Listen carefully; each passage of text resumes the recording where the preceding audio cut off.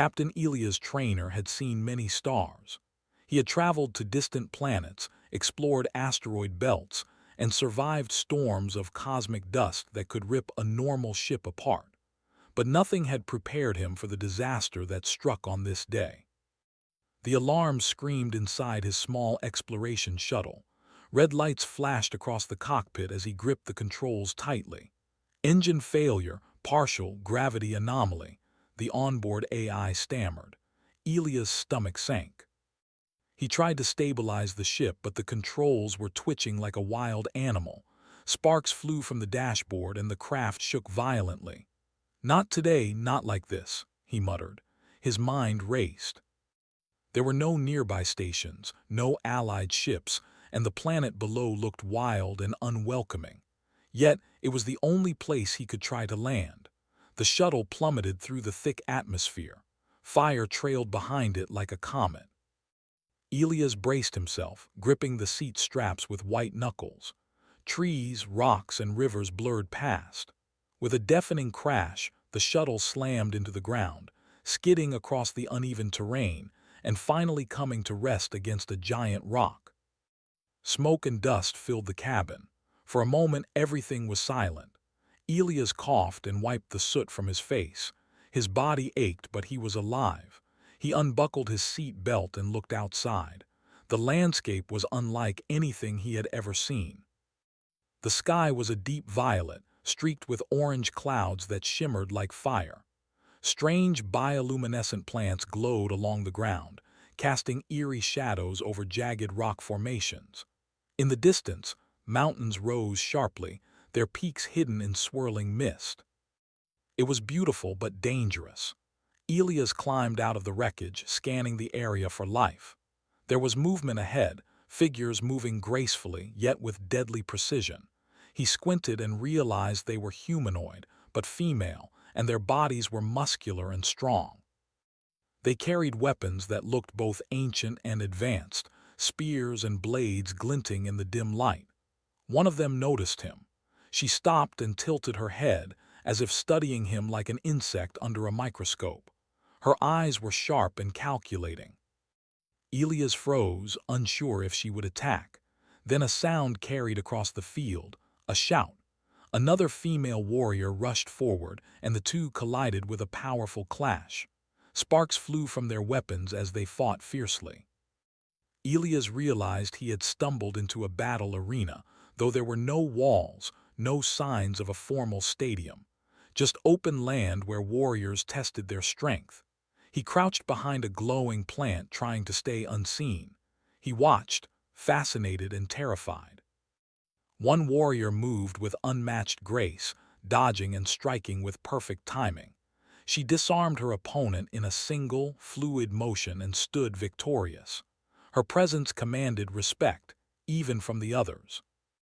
Elias instinctively recognized her as the leader, the queen of this strange society.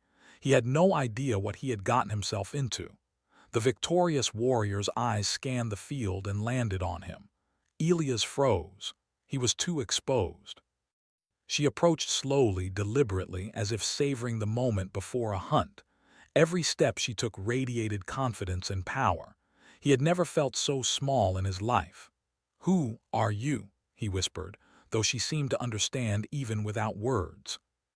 The warrior stopped a few meters away, tilting her head again. Elias noticed the subtle tension in her body. It was not just curiosity but evaluation. She was testing him.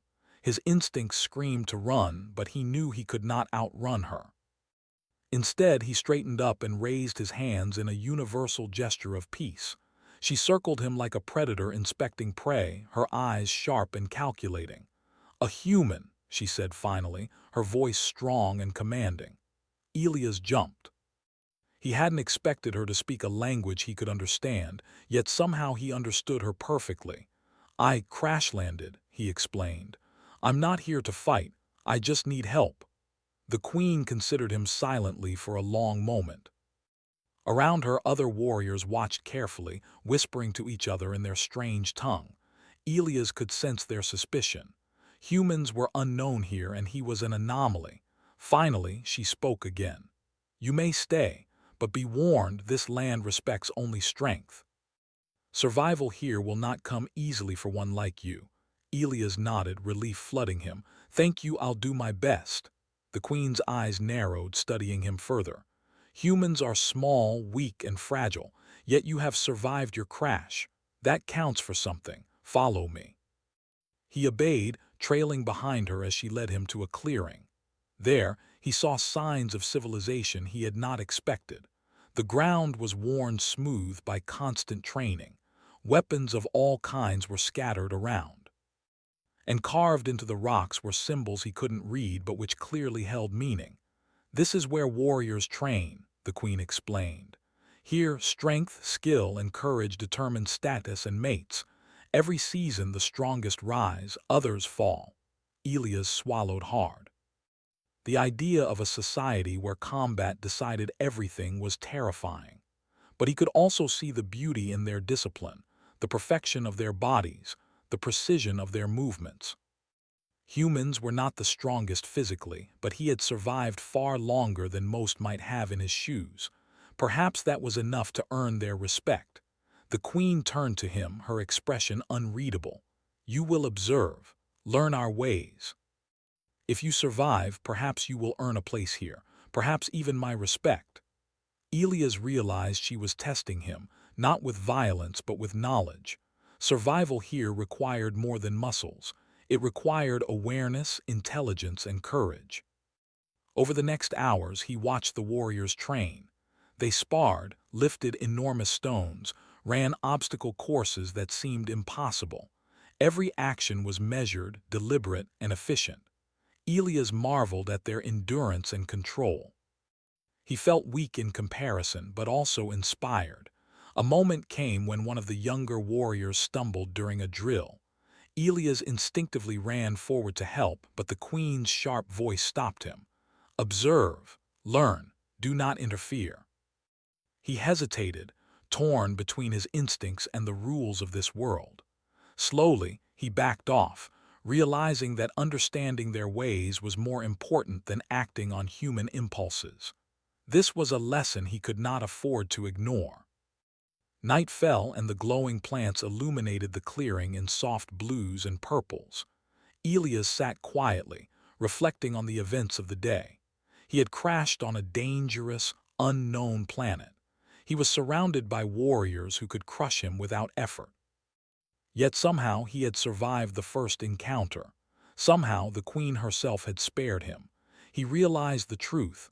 This world respected strength, yes, but not just physical power. Intelligence, courage, and the ability to adapt mattered too. He was human. Perhaps that was enough to give him a chance. As he drifted into a restless sleep beside the glowing flora, he knew that tomorrow would bring more challenges. The queen would test him further, and the warriors would watch his every move. But Elias felt a spark of hope. He was alive.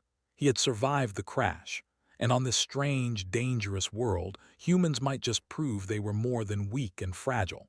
For the first time since the crash, a small smile formed on his face. He had no idea what awaited him, but he was ready to face it. The night on Aranya was alive with whispers of the wind through jagged rocks, the distant calls of strange creatures, and the quiet hum of glowing plants. Elias closed his eyes, listening, learning, surviving. The adventure had only just begun. Elias woke to a strange sound, the soft hum of the glowing plants and distant thuds, like something heavy hitting the ground. He sat up, rubbing his temples, and realized he was not alone. The queen, Kelara, stood a few meters away, watching him silently.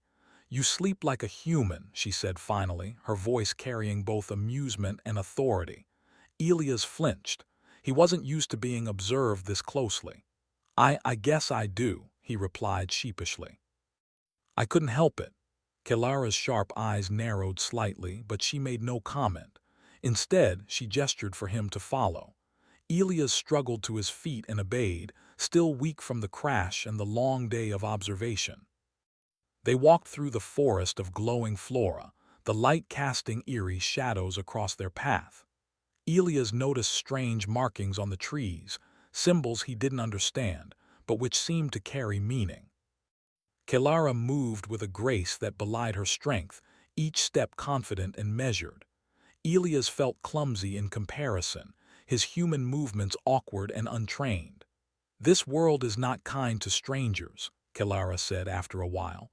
"You must learn our ways if you wish to survive." "I want to survive," Elias replied earnestly. I'm willing to learn." Kelara regarded him silently, then nodded. "Good. Observation is your first lesson. Do not interfere. Watch and understand before acting. That is how we survive." Elias followed her to a training ground where several warriors were sparring. The air was thick with tension. Blades clashed, muscles strained, and sweat glistened on powerful bodies. Elias could see the skill and discipline in every movement. Each warrior seemed like a living weapon, honed to perfection through years of training and combat. "Why do they fight like this?" Elias asked, whispering. "Is it for mates?" Kelara's gaze was sharp. "Strength determines status. Status determines mates. Only the strongest, the most skilled, the most cunning can claim a partner. Weakness is not tolerated." Elias swallowed hard. He had read about competitive societies, but this was unlike anything he had imagined. Survival here was not just about avoiding predators or natural disasters. It was about proving oneself in combat. Every action had meaning. Every misstep could be fatal.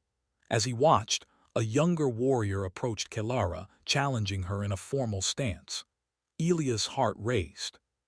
The queen's reputation as undefeated was legendary, and he could see why. The challenger attacked with speed and power, but Kelara was calm, almost lazy in her movements. She dodged, blocked, and countered with precision. In a single fluid motion, she disarmed her opponent and brought her to the ground without harming her. The crowd of warriors erupted in approval. Elias realized that strength alone was not enough. Strategy, timing, and confidence mattered more than raw power. Kelara's mastery was not just physical, it was mental. "You see," Kelara said quietly, noticing his fascination, "strength without control is meaningless. Intelligence without courage is useless. You must learn to combine both if you hope to survive." Elias nodded, absorbing every word. He felt out of place, yet determined. Humans might not be the strongest physically, but their minds could be sharper than many warriors. Perhaps that was his advantage. Days passed, and Elias settled into a routine of observation and cautious learning.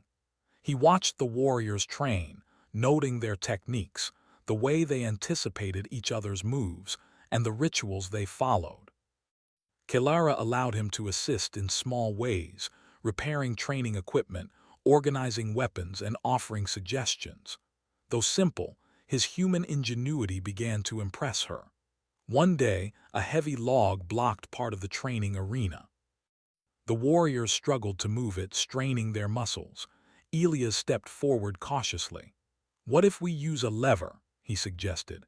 He found a strong branch, placed it under the log, and lifted carefully.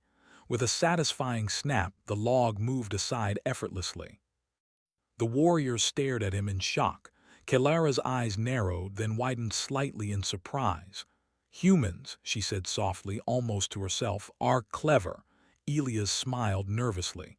"It's just a simple trick." Kelara considered him for a long moment. "Perhaps strength is not the only measure of worth," she admitted. "You may survive here, human, if you continue to use your mind as well as your body." Not all the warriors were pleased. Some whispered behind his back, calling him weak and fragile. Elias knew he was different, and he also knew that difference made him a target. He could not rely on strength to protect himself. He had to rely on intelligence and adaptability. One afternoon, a group of young warriors confronted him during training. They mocked his size and lack of experience, challenging him to a duel. Elias hesitated. Fighting them would be dangerous, but running away would show weakness. He had to think quickly. Using what he had learned, Elias observed the terrain. There was a shallow ditch nearby. As the first warrior lunged, Elias sidestepped and guided him into the ditch. using the opponent's momentum against him.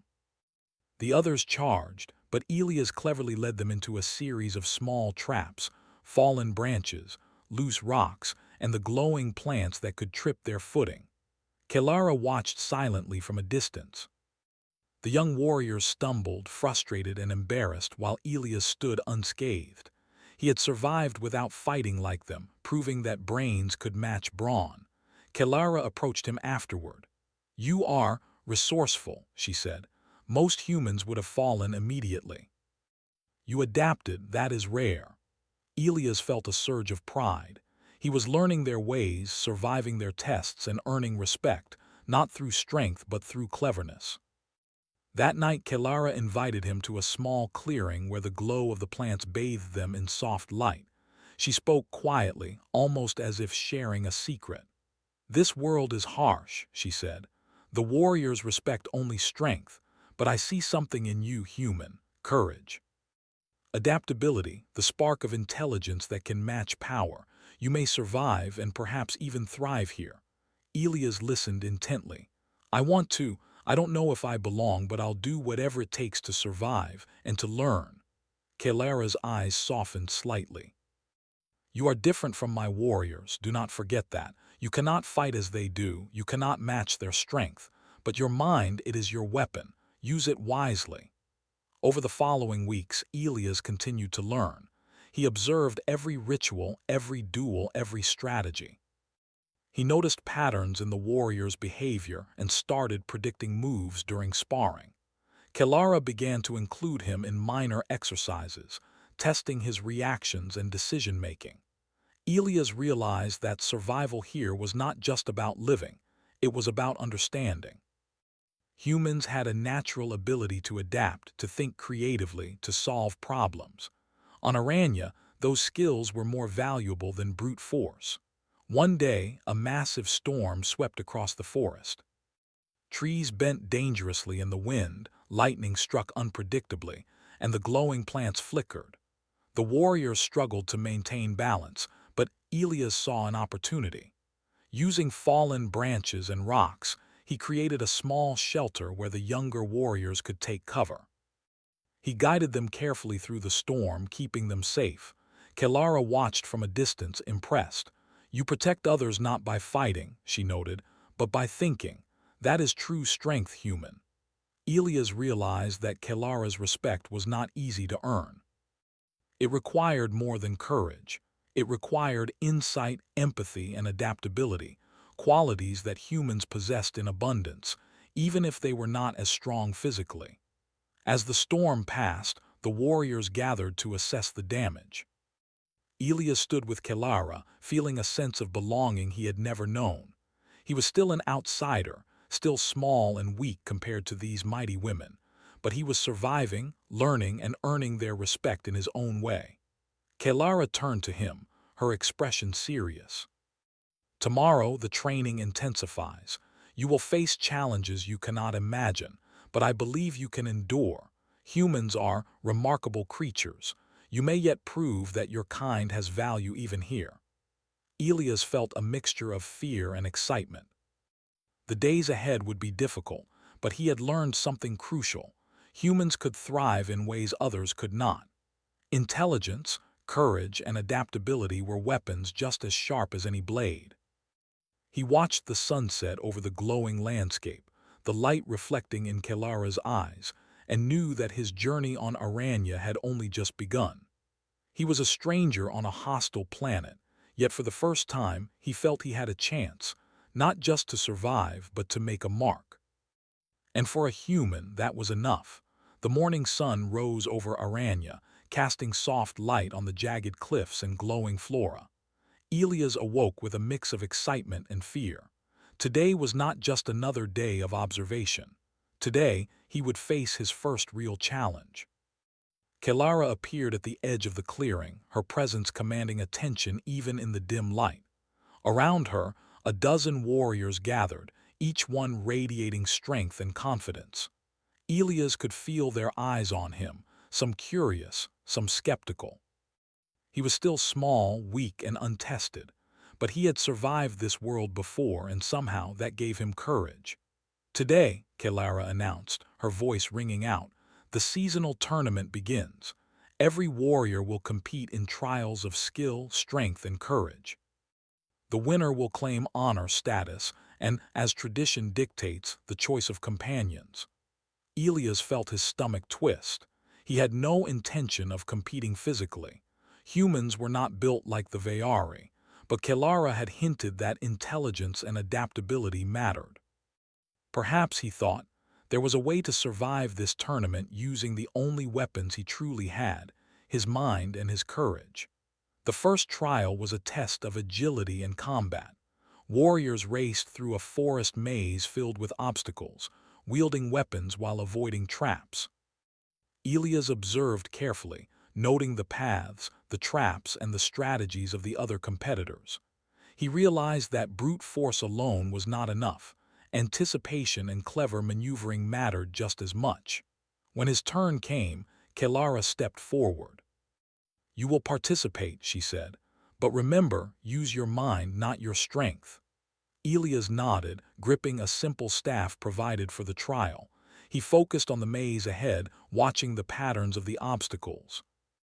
When the first trap activated, a swinging log, he ducked and rolled, using the momentum to land safely. A spiked pit appeared ahead, but he noticed a loose branch nearby. He moved it carefully, creating a bridge that allowed him to pass.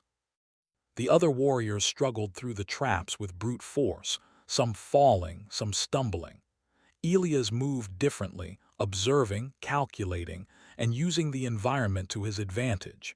He reached the center of the maze faster than many expected. The crowd murmured in surprise. Even Kelara's eyes widened slightly.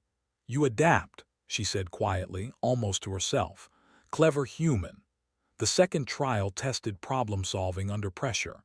Each competitor was given a series of locked chests containing weapons, keys, and tools.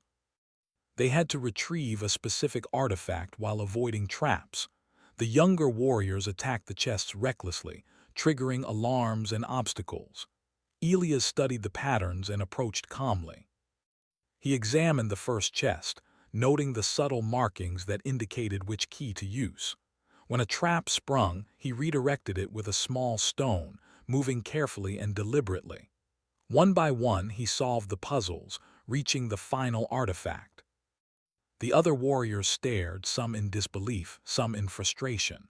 Humans were supposed to be weak, yet Elias had outsmarted them without striking a single blow. Kelara stepped forward again. "You are learning quickly. Most warriors would have failed, relying only on force. You succeed because you think differently. That is a rare strength." The third trial was the most dangerous, a combat challenge where warriors faced each other in duels. Elias' heart pounded. He was small, untrained in the ways of direct fighting, and could be easily crushed. But Kelara placed a hand on his shoulder. "Remember what you have learned," she said. "Adapt, observe, and use your mind. You do not need to match their strength. You need to survive." As the duels began, Elias watched carefully. The warriors moved with speed and precision, striking and dodging in perfect rhythm. When a duel approached him, he used the lessons he had learned. He sidestepped, redirected attacks, and used the terrain to his advantage. A young warrior lunged at him, but he tripped her with a well-placed rock, sending her stumbling without harm. Another tried to corner him, but he led her into a shallow pit, using her momentum to his advantage.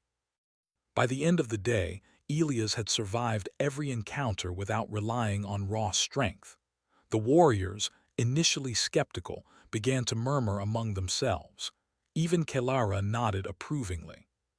He had proven that humans could endure where others might fail, using intelligence, strategy, and courage. The final trial was announced as the most important, a team challenge. The queen herself would participate alongside the competitors to test their ability to cooperate, strategize, and face extreme danger. The task was to capture a flag from a heavily guarded area, filled with traps and obstacles. Elias felt a mixture of fear and excitement. This was a challenge that combined all he had learned: observation, strategy, and courage. He was paired with Kelara, and together they moved toward the target. The first obstacles were simple but dangerous. Spiked pits, swinging logs, and hidden traps tested their timing and coordination. Kelara led the way, her movements confident and precise. Elias followed, using his mind to anticipate hazards and guide her safely through them. As they approached the flag, a group of rival warriors tried to intercept them. Kelara engaged in combat, her strength and skill unmatched. Elias stayed close, using clever tactics to distract the opponents, create openings, and redirect attacks. His unique approach complemented Kelara's raw power. Together, they were unstoppable. Finally, they reached the flag. Kelara raised it high, victorious. The crowd erupted in cheers, and even the rival warriors could not hide their respect. Elias had survived the trials, not by overpowering the warriors, but by thinking, observing, and working with Kelara. The queen turned to him, her expression a mixture of pride and approval. "You have done well," she said. "Humans are clever, adaptable, and brave. You have proven that strength is not only measured in muscles. Today, you have earned respect, my respect." Elias felt a surge of pride. For the first time, he felt truly seen and valued in this alien world. The tournament had tested him in every way, yet he had survived and even thrived. He realized that humans, while not physically dominant, possessed unique qualities that could rival the strongest warriors on Aranya. As the sun set over the glowing landscape, Elias and Kelara stood together, overlooking the arena. The other warriors gathered around, acknowledging their skill and teamwork. Elias had faced unimaginable challenges and had emerged victorious, not through brute force, but through courage, intelligence, and adaptability. Kelara placed a hand on his shoulder. "Tomorrow, the warriors will speak of this day. They will see that humans are worthy allies, not just fragile outsiders. You have changed their perspective. You have changed this world." Elias smiled, feeling a sense of belonging he had never known. He had survived the tournament, earned respect, and forged a bond with the undefeated queen. Yet he knew this was only the beginning. Aranya was a dangerous, unpredictable world, and greater challenges awaited. For now, however, he allowed himself a moment of triumph. He had proven that humans could endure, adapt, and even excel in a society built on strength. His journey on Aranya was far from over, but he had taken the first step toward a place where he could belong, and perhaps even thrive. As night fell, the glowing plants bathed the arena in soft light. Elias felt a quiet determination. The tournament had shown him the value of intelligence, courage, and strategy. On this alien world, humans had something unique to offer, something even the strongest warriors could not ignore. And Elia's trainer, the human who had crashed on Aranya, was ready for whatever came next. The air on Aranya was crisp and sharp that morning, carrying the scent of glowing flora and distant rain. Elia's trainer stood at the edge of the arena, his heart racing. Today was the final day of the seasonal tournament, and the tension was almost tangible. Warriors from across the lands had gathered, their eyes bright with anticipation. Elias had survived every trial, proven his cleverness, and adapted to the Veyari way. Yet he knew this day was different. The final test was not only about skill or intelligence, it was about recognition, leadership, and the ability to inspire others. Kelara appeared beside him, her presence calm and commanding. Even the wind seemed to bend around her, acknowledging her power. Elias could feel the weight of the moment pressing on him. She turned to him, her gaze steady. "You have done well, human," she said. "But today, your final test begins. You will face challenges that will test your courage, your mind, and your heart. Are you ready?" Elias swallowed hard but nodded. I'm ready." The first part of the trial involved navigating a treacherous terrain. The path was filled with jagged rocks, unstable cliffs, and rushing rivers. Many warriors faltered along the way, their strength unable to save them from the unpredictable hazards. Elias, however, moved carefully, observing patterns in the rocks, listening to the sound of the water and calculating each step. He came across a wide river blocking the path. The current was fast, and the stones were slick. A warrior rushed forward without thought and slipped, nearly swept away. Elias noticed a cluster of large, stable rocks upstream. Using his mind, he built a temporary path, guiding the warrior safely across. Some of the other competitors sneered at his slow pace, but Kelara watched him quietly, nodding in approval. "You think before acting," she whispered. "That is true strength." Next, they faced a test of strategy. Each warrior was given a series of challenges, puzzles, obstacles, and scenarios requiring quick decisions. Elias approached each one calmly, analyzing before acting. While other warriors relied on sheer force, Elias used clever tactics. He manipulated the environment, redirected obstacles, and solved puzzles with patience and precision. One puzzle involved a set of massive stones that needed to be arranged to unlock a hidden passage. The Vayari warriors struggled, pushing and pulling with brute strength. Elias studied the pattern, noticing subtle markings on the stones. With careful placement, he opened the passage in moments, leaving the others stunned. Kelara's eyes sparkled with approval. Finally, the last challenge was announced, a trial of leadership. The warriors were divided into teams, each tasked with capturing a flag from the top of a towering cliff. The path was filled with traps, enemy ambushes, and natural obstacles. Kelara chose Elias to lead her team. Elias' heart pounded. Leading seasoned warriors, many of whom doubted him, was no easy task, but he remembered everything he had learned: observe, adapt, and use intelligence to survive. He mapped a path to the cliff, instructing his team to move carefully, using strategy instead of brute force. The journey was perilous. Enemy teams tried to ambush them, traps triggered unexpectedly, and the cliff itself threatened to collapse under their weight. Yet, Elias guided the warriors skillfully. He predicted attacks, redirected hazards, and coordinated their movements. Slowly but surely they advanced. At one point, Kelara faced a tricky ledge with no support. Without thinking, Elias extended a rope he had prepared earlier, allowing her to cross safely. She glanced at him, a rare smile breaking her stern expression. "Clever human," she muttered. At last, they reached the flag. Kelara raised it high, victorious, and the other teams watched in awe. Elias' leadership had not only succeeded, but had won the admiration of warriors who had doubted him from the start. The crowd erupted in cheers, and Kelara turned to Elias. "You have proven yourself," she said. "Not by brute strength, not by fighting, but by using your mind, courage, and heart.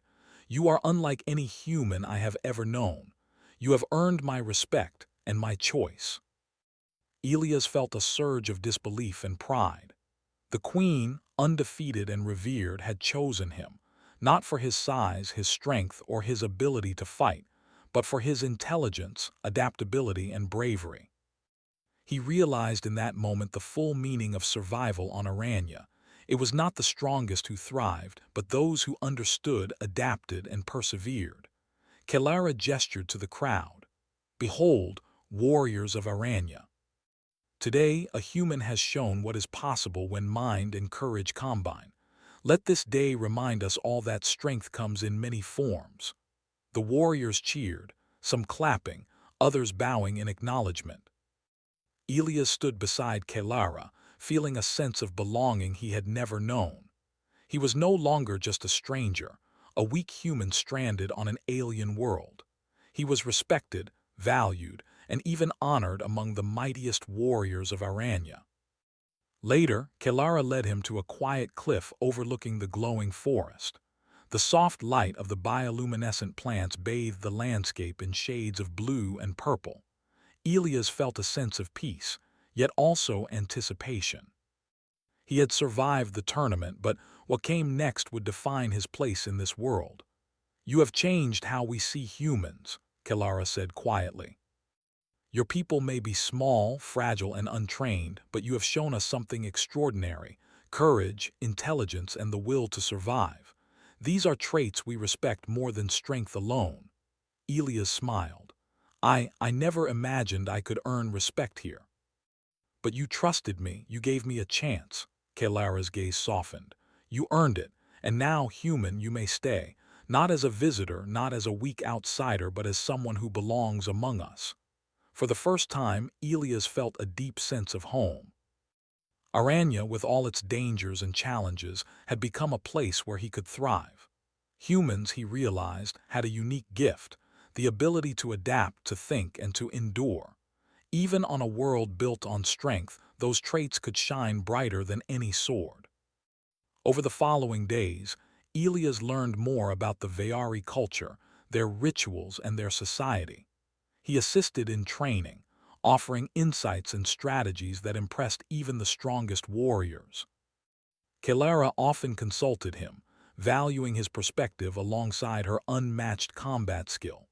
Despite the differences in their species, a bond grew between them, a connection forged through mutual respect, trust, and the recognition of each other's strengths. Kalara, undefeated and powerful, found in Elias a companion who complemented her abilities in ways no one else could. One evening, as the twin moons of Aranya rose over the horizon, Elias stood beside Kalara on the cliffs.